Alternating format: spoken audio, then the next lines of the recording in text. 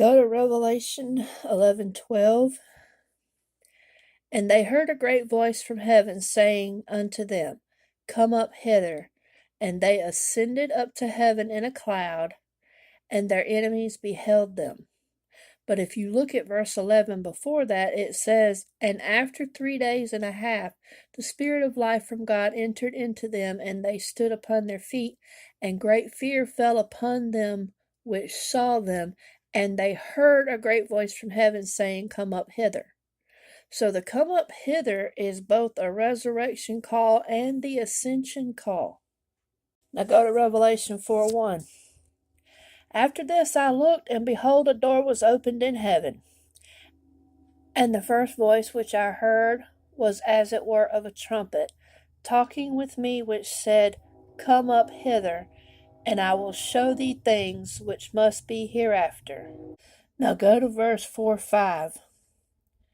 And out of the throne proceeded lightnings and thunderings and voices, and there were 7 lamps of fire burning before the throne, which are the 7 spirits of God. In Revelation 4:1, it says, A voice like a trumpet said, Come up hither.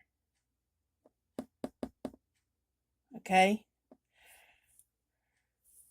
And then he saw 7 golden lampstands, the 7 churches. Come up hither, the 7 churches.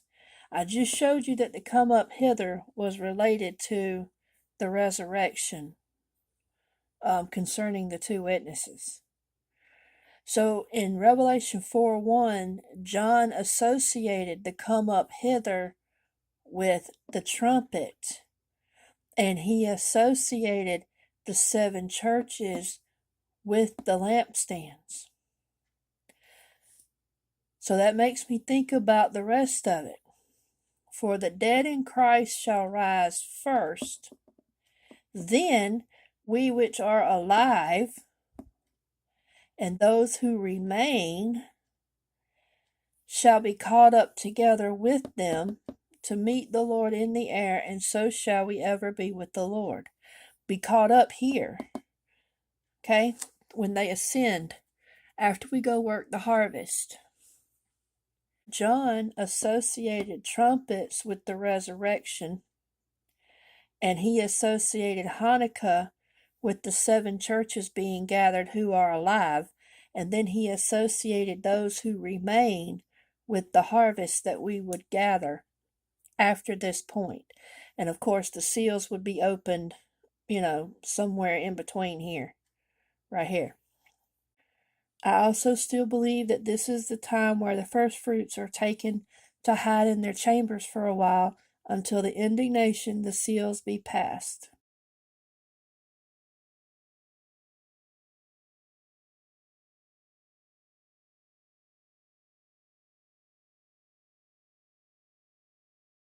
Have you been seeing 1-1, 1-11, 11-1, or 11-11? Now, also based on the calendar that God gave me, he started with the 2 witnesses who are ascending right here at Christmas time. But the ascension is 40 days after what? A resurrection, right? So if you back up, you'll see tabernacles 40 days prior to that. And you'll see the dates associated with tabernacles. Well, if you keep going up from tabernacles, and you go all the way up to this orange one right here, that's actually Halloween, which becomes Feast of Trumpets on God's calendar. Okay? And then, of course, you have Day of Atonement 10 days later.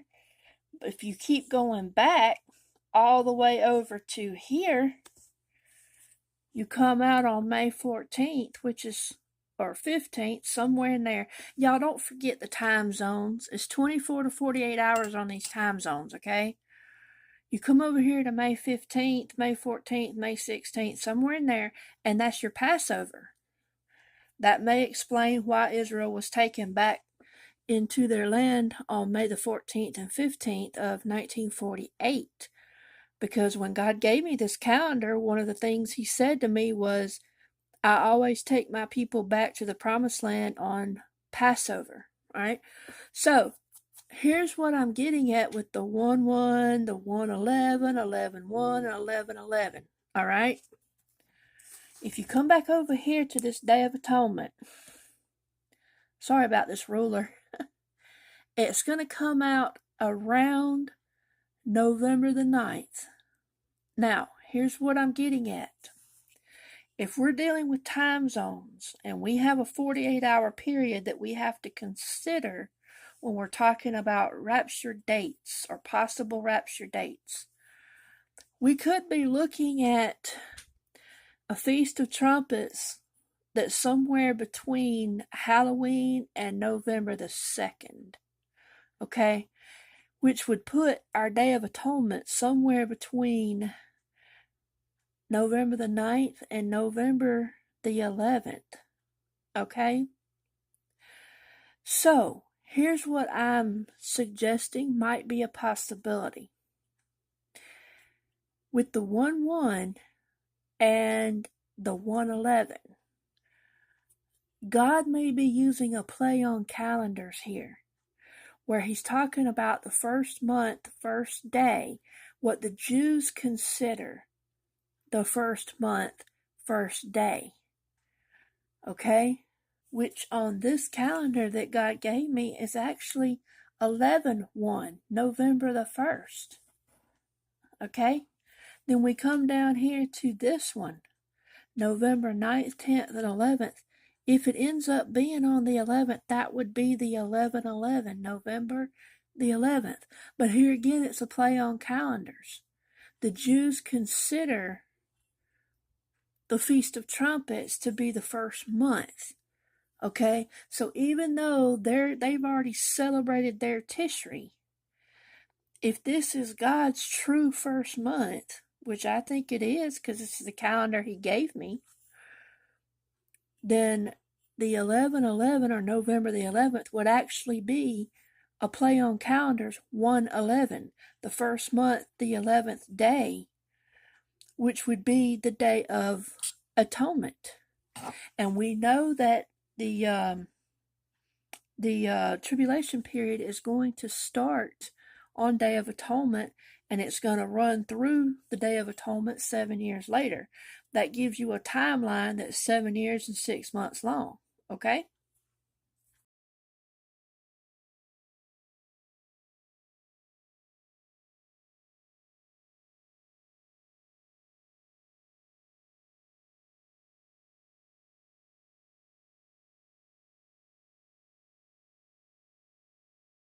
Just to show you this one more time, sorry.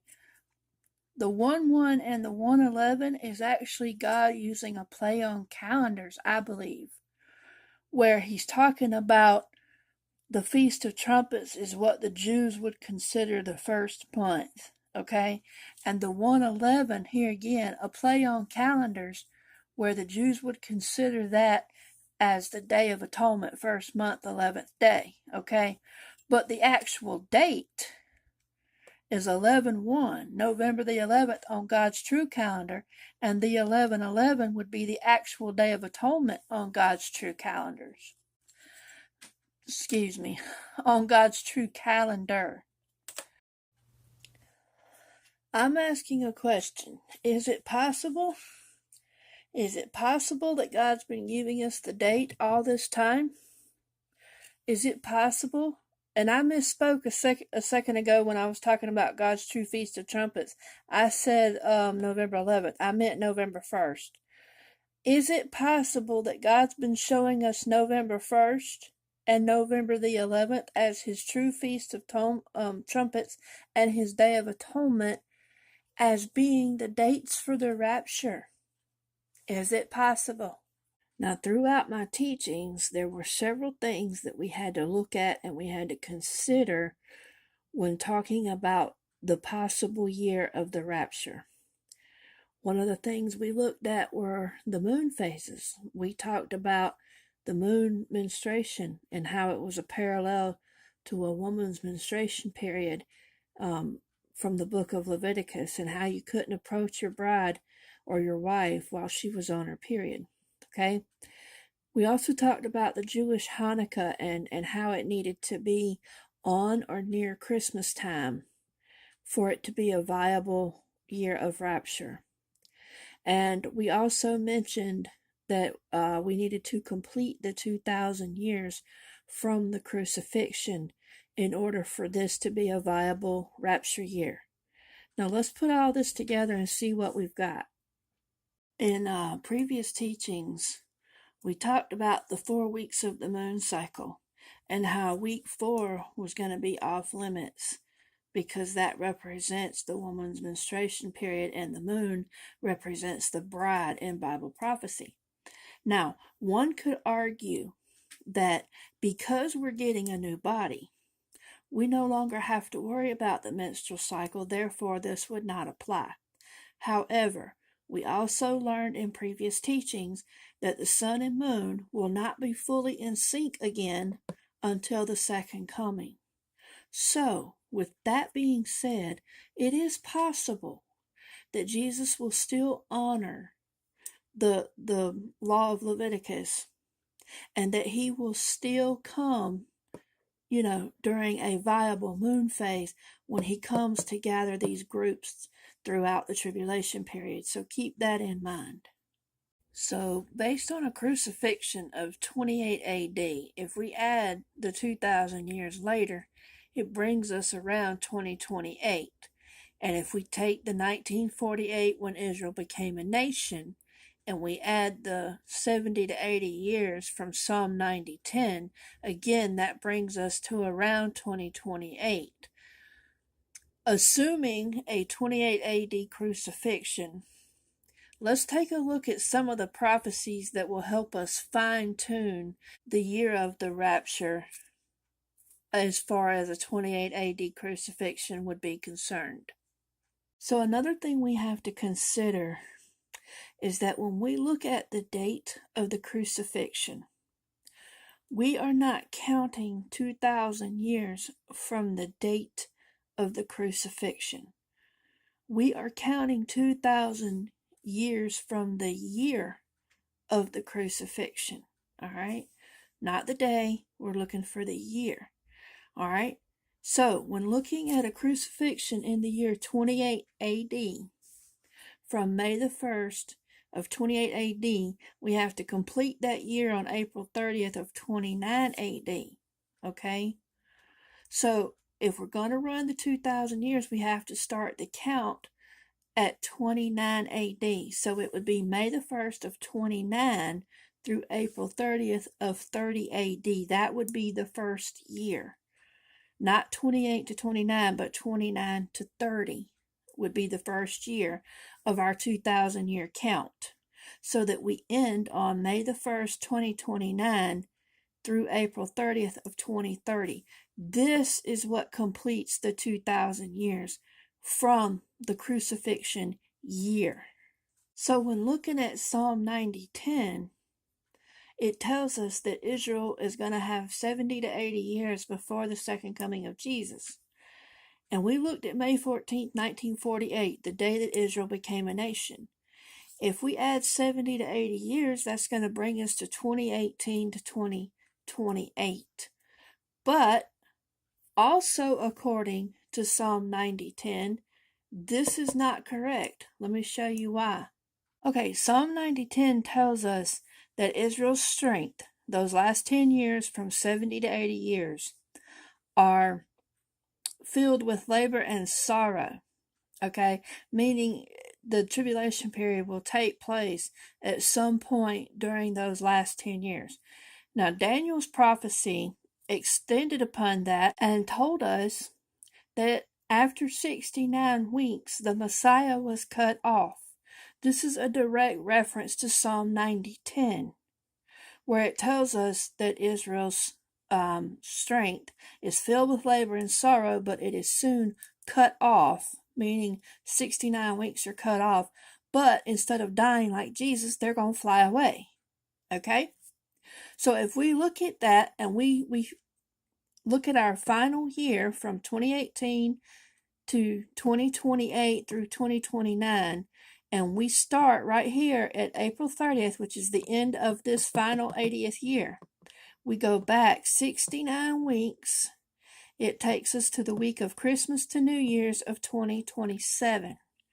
Now, why is this a problem? Because it does not complete the 2,000 years. Okay?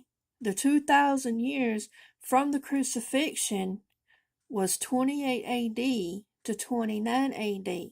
Jesus died on the cross at Passover of 28 AD. This does not complete the 2,000 years. But if we look at Psalm 90:10 in terms of the correct year of being 2,000 years from the crucifixion, then everything does fit. If we start at 2030 being the end of the 80th year and we go back 69 weeks, it brings us to Christmas to New Year's of 2028. This does complete the 2,000 years because it goes beyond Passover of 2028. This means that the year of this right here, the pandemic, it was actually the start of the 70th year. So Israel was born as a nation on May 14th, 1948. But we had this weird blood moon tetrad that happened in 1949 and 1950, and nobody seems to know why. Well, if you go back to my previous teachings, you will see that I have taught you that whenever you have a solar eclipse and a blood moon together, it represents the conception of a prophecy happening. And when you have a blood moon by itself shortly thereafter, it represents the completion or the birth of that prophecy. Okay? Now, you have the sun and the moon representing the dying sperm and egg coming together, and then the blood moon represents the spotting when it's in this pair. But when you have the blood moon by itself, it represents the bloody show for the birth. Okay? Why did we have this blood moon tetrad in 1949 and 1950?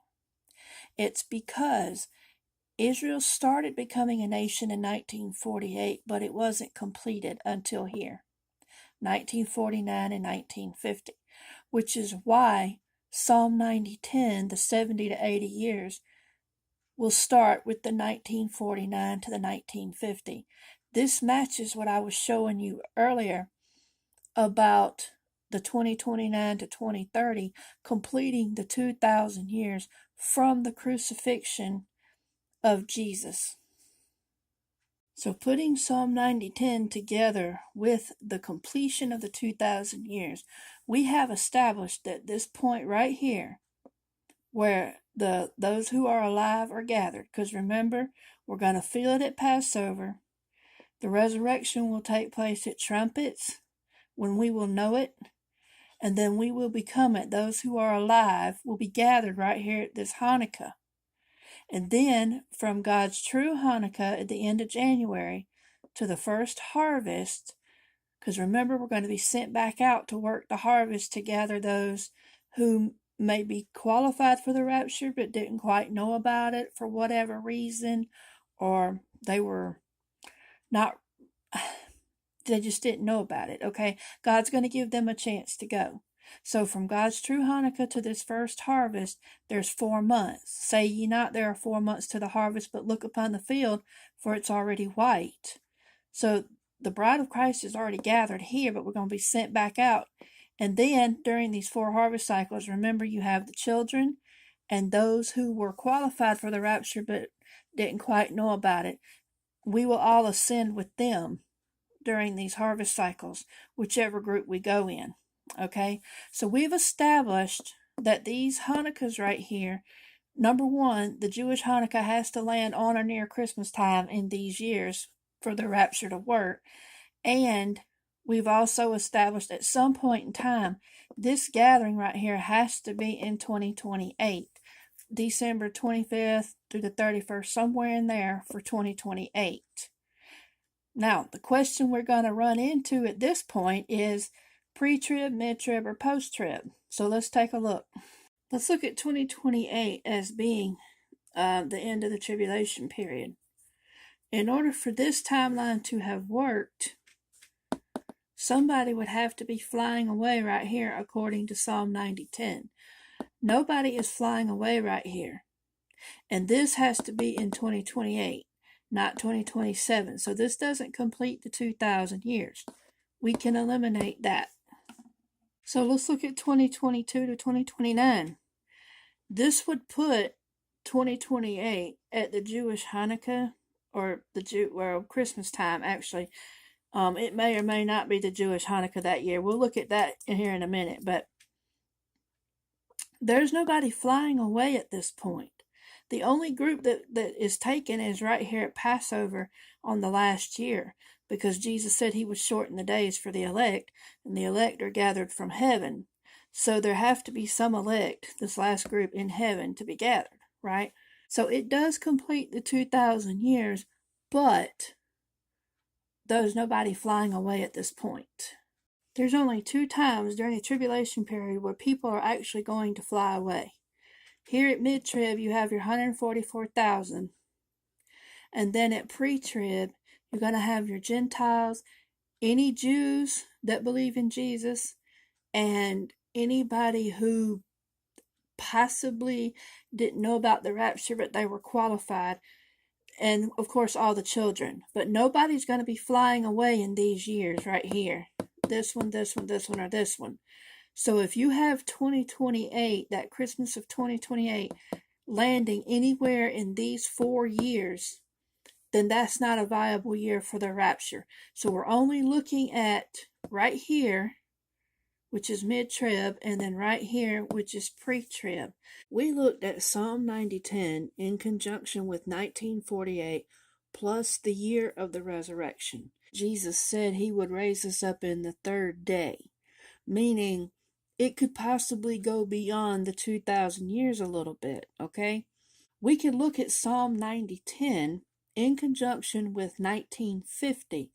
Remember the blood moon tetrad where Israel became a nation in 1948, but it wasn't really finalized until 1950. Leave out the year of the resurrection. Take the 1950, look at Psalm 90:10 at the 80-year mark.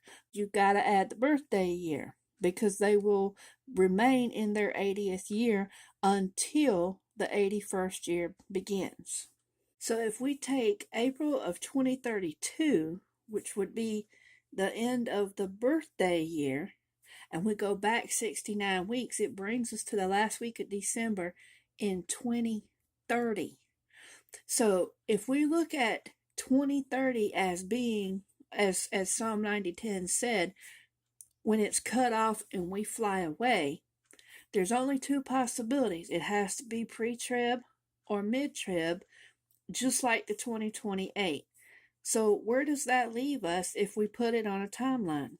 So if we go back and we look at the dates where the Jewish Hanukkah is on or near Christmas time, and we look at the moon phases for the time frame where the rapture will take place, that gives us 2 more options to look at.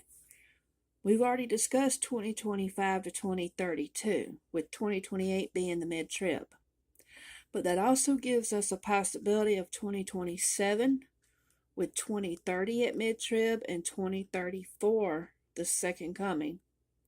Or we could have 2030 pre-trib with 2033 mid-trib and 2037 being the second coming. All of those would still work. And guys, someone had a question about how to count the 7 years and 6 months. It's like this. You have the resurrection around Halloween, 1st of November. So you have to count November and December as 2 months. Then you have the 7 years of the tribulation period, where these are from January to December. And then after the second coming, you have these 4 months right here from January to April, because we don't start counting the new year for the millennial reign until like May 1st or 2nd right here. So those 4 months, along with these 2 months, give you your 7 years and 6 months.